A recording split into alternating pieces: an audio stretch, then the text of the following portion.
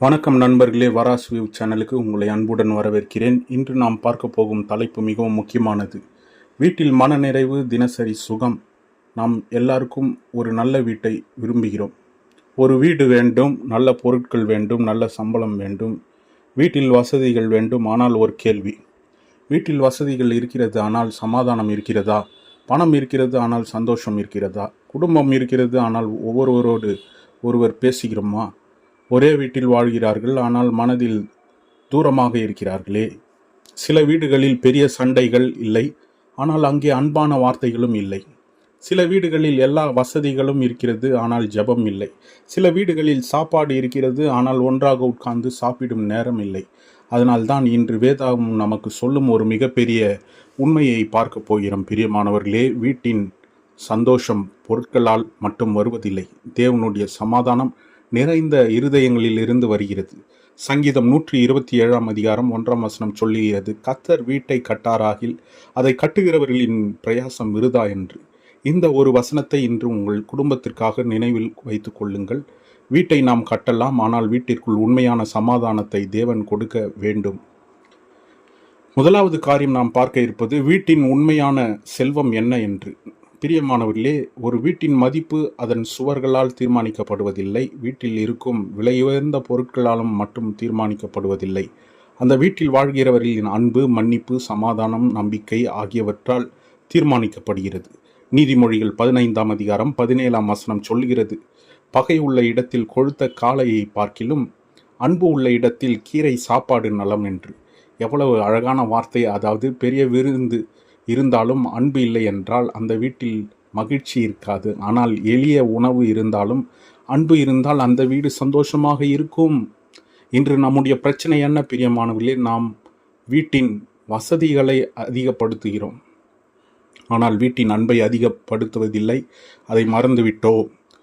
TV இருக்கிறது, mobile phone இருக்கிறது, இணையம் இருக்கிறது, ஏசி இருக்கிறது, விலையுந்த ஃபர்னிச்சர்கள் இருக்கிறது. ஆனால் எப்படி இருக்கிறாய் என்று கேட்க ஒரு மனிதர் இல்லை என்றால் அந்த வீடு எப்படி முழுமையான வீடாகும்? அதனால் இன்று முதல் ஒரு விஷயத்தை மாற்றுங்கள். வீட்டில் உள்ளவர்களிடம் பேசும்பொழுது குறை சொல்லுவதற்கு முன்பு அல்லது ஒரு நல்ல வார்த்தை சொல்லுங்கள். நன்றி, நீ செய்தது நல்லா இருந்தது, நான் உன்னை மதிக்கிறேன், எதுவாக இருந்தாலும் நான் உன்னோடு இருக்கிறேன். இந்த சிறிய சிறிய வார்த்தைகள் என்ன செய்யும்னா வீட்டில் உள்ள சூழ்நிலை மாற்ற முடியும். இரண்டாம் காரியம், வீட்டில் சமாதானம் எப்படி வரும் என்று நாம் பார்க்க போகிறோம். இயேசு கிறிஸ்து யோவான் 14 அதிகாரம் 27 சொல்கிறார், சமாதானத்தை உங்களுக்கு விட்டு செல்கிறேன், என் சமாதானத்தையே உங்களுக்கு கொடுக்கிறேன் என்று இயேசு சொல்லியிருக்கிறார். இயேசு சொன்ன சமாதானம் உலகம் கொடுக்க சமாதானம் அல்ல. பிரியமானவர்களே, உலகம் சொல்லும், என்ன சொல்லும்? பணம் இருந்தால் சமாதானம், பிரச்சனை இல்லை என்றால் சமாதானம், எல்லாம் நம்முடைய விருப்பத்தின்படி நடந்தால் சமாதானம். ஆனால் இயேசு சொல்கிறார், என் சமாதானத்தையே உங்களுக்கு கொடுக்கிறேன் என்று. அதாவது, சூழ்நிலை மாறுவதற்கு முன்பே இருதயத்தில் சமாதானம் இருக்க முடியும். குடும்பத்தில் பிரச்சனை வரலாம், கணவன் மனைவி இடையே கருத்து வேறுபாடுகள் இருக்கலாம், பிள்ளைகள் கீழ்ப்படியாமல் இருக்கலாம், பண பிரச்சனை இருக்கலாம், வேலை இல்லாமல் இருக்கலாம், நோய் இருக்கலாம். ஆனால் அந்த சூழ்நிலையிலும் தேவன் எங்களோடு இருக்கிறார் என்று நம்புகிற குடும்பத்தில் ஒரு வித்தியாசமான சமாதானம் இருக்கும் பிரியமானவர்களே. அதனால் வீட்டில் பிரச்சனை வந்தவுடனே கத்தாதீர்கள், முதலில் ஜெபிங்க. கத்தாவே, இந்த வீட்டில் என் வார்த்தைகளால் தீயை அதிகப்படுத்தாமல் சமாதானத்தை உருவாக்குகிற மனிதனாக என்னை மாற்றும் என்று அழுது ஜெபியுங்கள் பிரியமானவர்களே. மூன்றாவது காரியம், வார்த்தைகள் வீட்டை கட்டவும் முடியும், அதே சமயத்தில் உடைக்கவும் முடியும் பிரியமானவர்களே.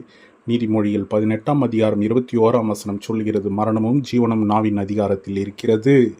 நம்முடைய நாக்கு ஒரு சிறிய உறுப்பு தான், ஆனால் அது ஒரு குடும்பத்தை கட்டவும் முடியும், அதே சமயத்தில் ஒரு குடும்பத்தை உடைக்கவும் முடியும்.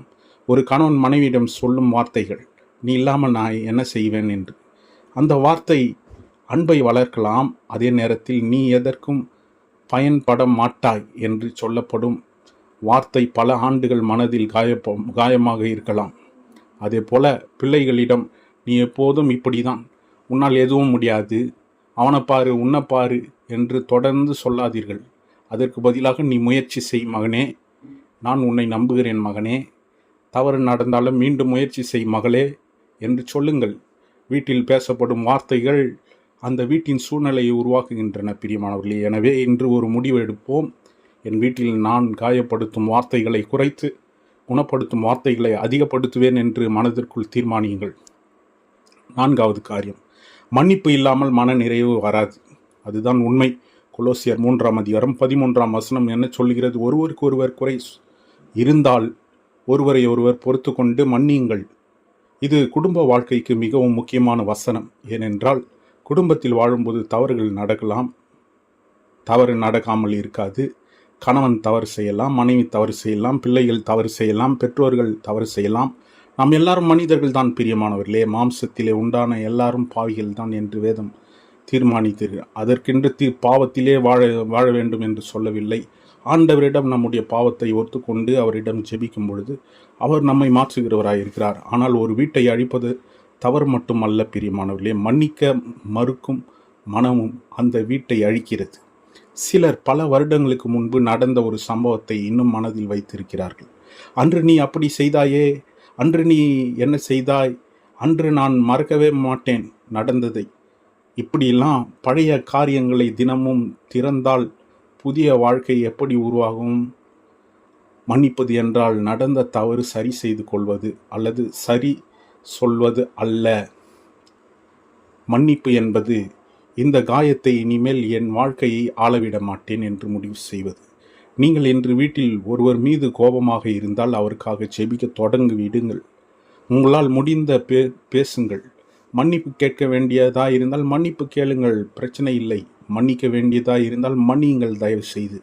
ஒரு வீட்டில் மன்னிக்கவும் என்ற வார்த்தை தோல்வி அல்ல, அது அந்த வீட்டின் வெற்றிக்கான கதவு பிரியமானவர்களே. 5வது காரியம், ஒன்றாக ஜெபிக்கும் குடும்பம் என்ன செய்கிறது? யோசுவா 24:15 ஒரு அழகான தீர்மானம் இருக்கிறது. நானும் என் வீட்டார்மோ கர்த்தரை சேவிப்போம் என்று. கவனியுங்கள், யோசுவா முதலில் உலகத்தை மாற்றப் போகவில்லை. அவர் சொன்னது என்ன? என் வீட்டார் குடும்ப மாற்றம் வீட்டிலிருந்து ஆரம்பிக்க வேண்டும். ஒவ்வொரு நாளும் குறைந்தது சில நிமிடங்கள் குடும்பமாக ஜெபிக்க முயற்சி செய்யுங்கள் பிரியமானவர்களே. நீண்ட நேரம் ஜெபிக்க முடியாவிட்டாலும் பரவாயில்லை. 5 நிமிடங்கள் 10 நிமிடங்கள் ஒன்றாக அமருங்கள். ஒரு வேதாகம வசனம் வாசியுங்கள். ஒவ்வொருவரும் ஒரு நன்றி சொல்லுங்கள்.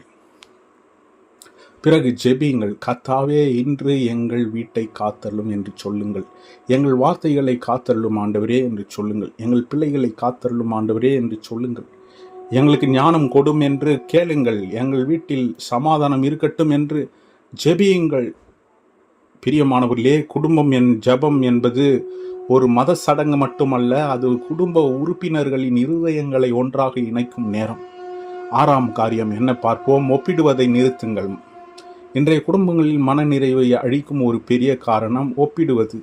அவனுக்கு பெரிய வீடு இருக்கிறது, அவருடைய பிள்ளைகள் நல்லா வேலை செய்கிறார்கள், அவர்களுக்கு கார் இருக்கிறது, அவள் வாழ்க்கை நன்றாக இருக்கிறது. இப்படி மற்றவர்களின் வாழ்க்கையை பார்த்து நம்முடைய வாழ்க்கையை குறைத்து மதிப்பிடுகிறோம். சங்கீதம் 23:1 சொல்லுகிறது, கர்த்தர் என் மேய்ப்பராயிருக்கு, எனக்கு குறைவில்லை. இந்த வசனம் நமக்கு மனநிறைவை கற்றுக் கொடுக்கிறது. இதன் அர்த்தம் எல்லாவற்றையும் வைத்திருக்க வேண்டும் என்பதல்ல, தேவன் என்னுடன் இருக்கிறார் என்பதே எனக்கு மிகப்பெரிய செல்வம்.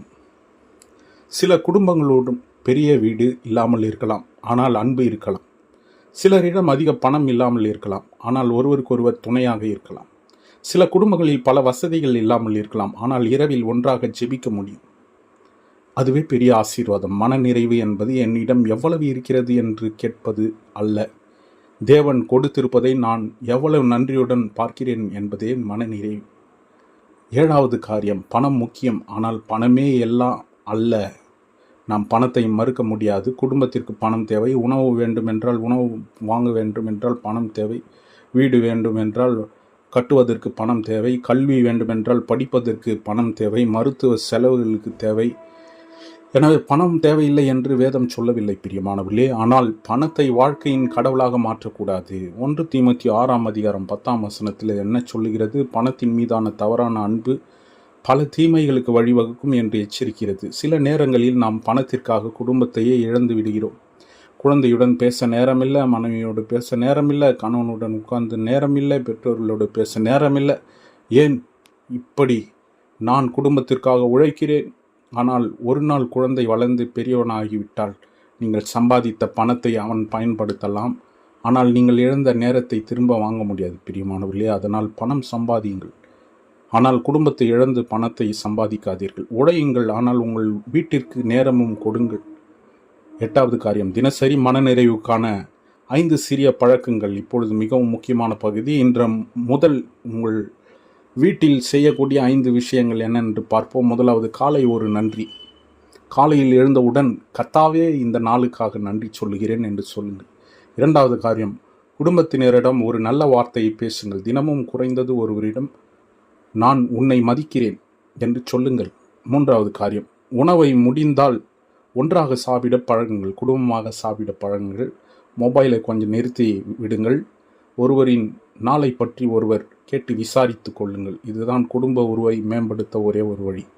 4வது காரியம், இரவில் குறைந்தது சில நிமிடங்கள் ஜெபியுங்கள் பிரியமானவர்களே. அன்றைய பிரச்சனைகளை தேவனிடம் சொல்லுங்கள்.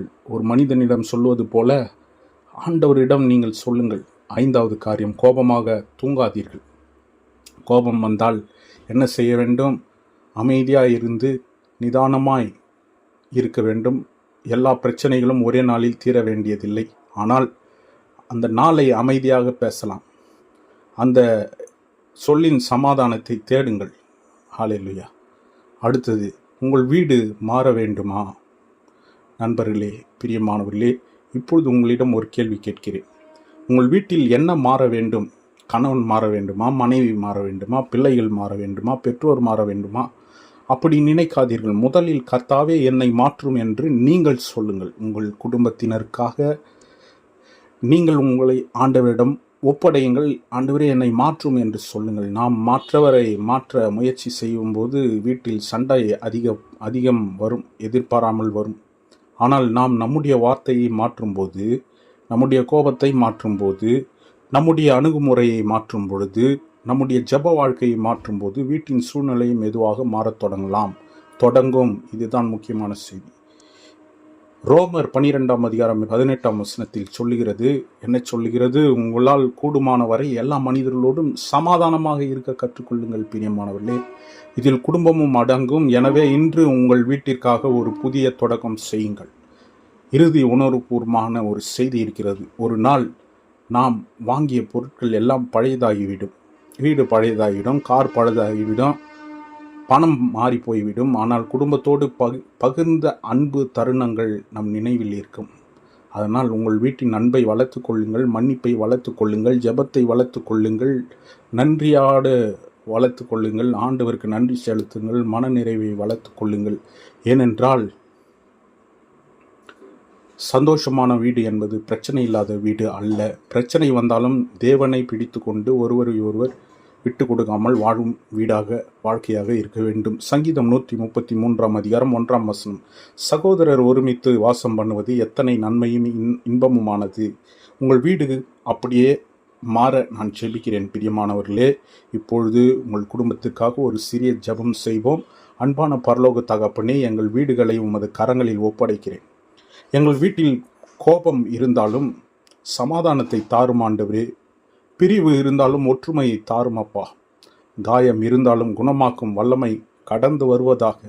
மன்னிக்க முடியாத இருதயத்தில் மன்னிக்கும் மனதை தாரும் ஆண்டவரே. எங்கள் வார்த்தைகள் ஒருவரை ஒருவர் காயப்படுத்தாமல் கட்டி எழுப்பட்டும், வார்த்தைகளாக இருக்கட்டும். எங்கள் பிள்ளைகளை ஆசீர்வதியும் ஆண்டவரே. எங்கள் பெற்றோரை ஆசீர்வதியும். எங்கள் கணவன் மனைவி உறவை இன்னும் அதிகப்படுத்தும், ஆசீர்வதியும். எங்கள் வீட்டில் உமது சமாதானம் நிலைத்திருக்கட்டும். நானும் என் வீட்டாருமோ கர்த்தரையே சேவிப்போம் என்ற வசனத்தின்படி இதோ நான் வாழ ஒப்பு கொடுக்கிறேன். இயேசுவின் நாமத்தினால் ஜெபிக்கிறோம் ஜீவனுள்ள நல்ல பிதாவே, ஆமேன். நண்பர்களே, இந்த செய்தி உங்கள் குடும்பத்திற்கும் மற்றவர்களுக்கும் பயனுள்ளதாக இருந்தால் இதை ஷேர் பண்ணுங்கள், லைக் பண்ணுங்கள். அதே போல் வராஸ்வி யூடியூப் சேனலை சப்ஸ்கிரைப் செய்து கொள்ளுங்கள். தினமும் போடப்படுகிற இந்த வீடியோ உங்களுக்கு நோட்டிஃபிகேஷனில் காமிக்கும். எனவே தயவுசெய்து இதனை பின்பற்றுங்கள். உதாரணமாக, என் வீட்டின் சமாதானத்தை வளர்ப்பேன். இந்த வீடியோ உங்கள் குடும்பத்தில் யாருக்காவது தேவை என்றால் தயவுசெய்து ஷேர் செய்யுங்கள் பிரியமானவர்களே. மேலும் வேதாகமத்தின் அடிப்படையில் வாழ்க்கைக்கு தேவையான உண்மையான செய்திகளை தொடர்ந்து கேட்க வராஸ் வியூ சேனலை சப்ஸ்கிரைப் செய்து கொள்ளுங்கள். உங்கள் வீடு பெரிதாக இருக்க வேண்டிய அவசியமில்லை. அதில் தேவனுடைய சமாதானம் பெரிதாக இருக்க நான் ஜெபித்துக் கொள்கிறேன். நீங்களும் ஜெபியுங்கள். கர்த்தர் தாமே உங்களை ஆசீர்வதிப்பாராக, உங்கள் குடும்பத்தையும் ஆசீர்வதிப்பாராக, உங்கள் வீட்டை கட்டுவாராக. ஆமேன்.